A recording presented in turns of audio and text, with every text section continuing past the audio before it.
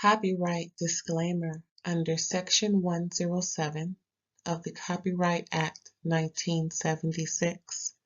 Allowance is made for fair use for purposes such as criticism, comment, news reporting, scholarship, and research. Fair use is a use permitted by copyright statute that might otherwise be infringing. Nonprofit, educational, or personal use tips the balance in favor of fair use. Thank you. Now enjoy the show. Hey, what's up, y'all? Thanks for tuning in to another episode of RAERAEs Review.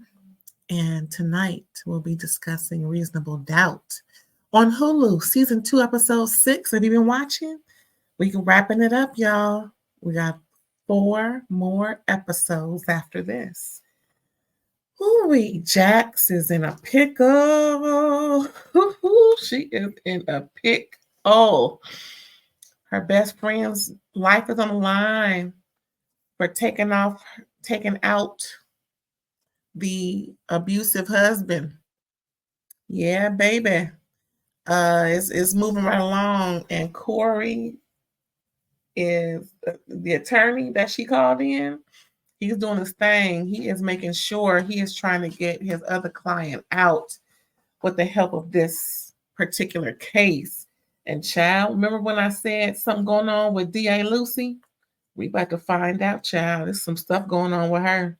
It ain't cute. Well, let's just get on in there. So Jax asked Adrian, to pretty much, trust in her so she can help him because he called her the previous episode 5, that he want to talk to her. Pretty much Evan, after pimp slapping Adrian, he felt the need to follow orders. So Adrian is supposed to let Jax know under no certain circumstances she's supposed to move forward with anything about Evan and his business. So pretty much she gets there. It's all dark and gloomy in the house because they're meeting up at Shannelle's, in JT's house.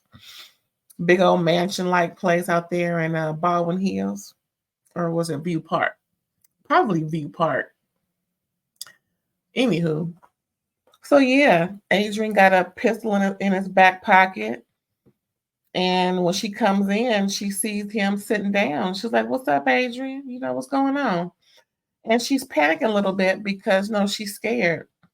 And he's telling her to sit down. And she was like, "Well, no, go ahead and say what you got to say." She got her hand on her phone, ready to dial because, things don't look right. So he just, threatens her and she obliges, pretty much she lets him know about the gambling and he panics even more and he's like, "How you know about that?" And she was like, "Listen, my PI investigator is sitting right outside. So I suggest you, if I don't call him within the next 3.5 minutes, 4 minutes, he gonna call 911. So all this, that, and the third. So give me back my phone because he took it for her to listen to him. So now he's panicking and now he's listening to her. She turned it around. See, once you recognize that the person after you has a glitch, you can pounce on that glitch, turned around in your favor. So now she's has a bargain chip now, and she knows he's not there to do nothing bad. He's just acting out because he was pretty much told to by Evan. She already got Evan's number, child. She got that hubby number, and now Adrian knows, and he was like, "Listen, I love Shannelle, but I gotta do what I gotta do." And he's like, he wants immunity for everything, and pretty much they make a deal so that she can leave out of there safely. She calls Dan, the PI. He's good. She tells him to come on in so we can all wrap this up. And that was pretty much it. She gets, so after all that stress and whatnot, she goes home, takes her a few shots. She starts to jump on Lewis, and child, he couldn't really, rise to the occasion. So he played it off and, and made sure she was done all right, which is what he should have been doing in the first place, if you ask me. Anyway, that was the end of that day. Stressful day, but it worked out fine in her favor in the end. I know that's right. So look, so Dan finds out Adrian made up the $30 million for himself in order to just in order to justify the gambling situation that he owes Evan. But he told Shannelle that it was for her kids, so she would, be in the know, but not really in the know. Woo, child. So anyway, Jax is trying to strategize, and her idea doesn't fit Corey's plot because it really doesn't help his other client. He really needs for Shannelle to be the one that did it, and then he gets her off so that he can get his other client off death row, wherever she is. So then they go through the trial and talking to folks and cross-examining and carrying on because currently the DA's office is presenting witnesses, and trial went well. So now we got Jax and Corey strategizing. They get closer as they talk, then they kiss. What?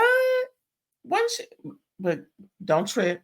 Corey wakes up. So Corey got a little crush on Jax, child. I was scared for a minute because I'm like, no, Jax, no. But the was passionate too, child. Ooh, you can hear the spit. Anyway, now listen, this is grown folks talking. This is grown folks conversation. So don't act like you don't know. It shouldn't be no cheering, listen anyway. This grown folks. Okay. So the next thing we see, Jax has therapy and feels something is bad is going to happen. She's just feeling something's going to happen. And child, we kind of know what that was. The next scene is Lewis talking to Toni. Ain't that a telltale sign? Pretty much, demanding a paternity test because she was like, I'm going to do this by myself. I already set my mind to it. It's all good. You ain't got to be there. He's like, listen, I'm not the type of father that's going to leave kids running around town when I'm not that, I need to be sure. Okay, I need to be sure. Lewis letting Toni know under no certain circumstances he gonna be a father and not be a daddy to all of his children. So, after that little tug and pull, Toni was like, okay, okay, cool. So he lets her know that they can go to his doctor later on in the day, and she agrees. All right. Go ahead, Lewis. We know you're a stand-up guy, but be careful. Because hoes, you can't trust them. So next we see Dan. He finds out about the pedo that Evan's involved in conjunction with the gambling. So pretty much the dudes pick the girls when they be gambling, they be, going around town. Excuse me, something similar to a little, Sean Combs situation, but allegedly speaking, of course. But we all know they pretty much referenced Epstein, girl. Child, I tell you what, folks, these kids today, make sure your kids are safe, even though this is, like a fiction type of situation. We know they're taking it from real life experience. Watch your kids. Anyway, so Corey's dad shows up while they're in trial. And, Corey's a little, nervous because his dad's this big shot attorney.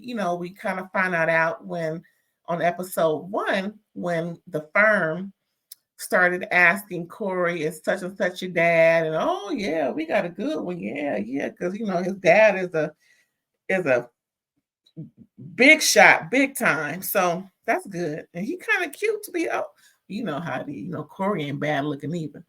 So next we see Shannelle.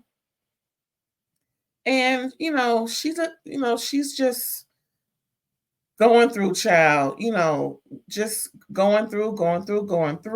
Shannelle is just looking like she tired. She in court and she just thinking about all the things that went on with her and JT. Corey's dad pretty much takes them to lunch after all of that shenanigans going on in the court. And then once Corey takes a call, his dad hits on Jax. And pretty much when Corey got back, she abruptly leaves because, he knew she was married. And she was looking at him like, she kind of leaning back, how women do, and looking down at him. And, she's like, how people talk when they go, yeah. So Corey, his daddy's a little lech, child. He a little lech. So anyway, what's next, child? Adrian. Mm, mm, mm. So Adrian goes and talks to Evan and tells him there's nothing to worry about with Jack. She's on board, but he got to pin it, and that he's going to do whatever he can on the stand to make sure that things are straight. And then Evan threatens him that he better or else. You know how Evan be doing. He didn't slap him this time, but he pretty much told him, I can show you better enough I can tell you. I already slapped you. So next we see Jack. She got a call that her mom's in the hospital. She leaves work and just to see about her. So her mom was doing this fast because she's going on a cruise with her new man. And Jax is concerned, about her mom making all these changes for him. But the mom wanted to do it just because, for her, it wasn't for the man. And right when Jax was just going out for, just to get a little air, she sees Lewis. Mm-hmm. And she sees him from across the parking lot. And she calls him. He didn't answer. He put in a voicemail. She said, "What?" She calls him again. Now, mind you, if he just went 2 clicks to the right, he would have seen her. But he was laser focused on doing something at the hospital, that probably meeting up with Toni. Oh, child, what if Toni shows up? And, okay, so Jax calls him again, and he answers, and he lies, talking about he at work and he busy, he can't talk. And she's like, "Oh, okay, love you, bye." And she's watching him get in his car as he drives away. Now she worried about, why is this man lying to me when he was the main one talking about trust? They always do, you know what I'm saying? Well, she gonna find out, child. She gonna find out. So JT mom is meeting up with Lucy Boss, the head honcho at the DA's office. His name is Henry.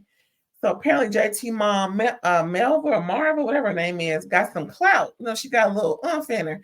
So she was just letting him know, why am I being pressed about something when she's the one who marked off my son?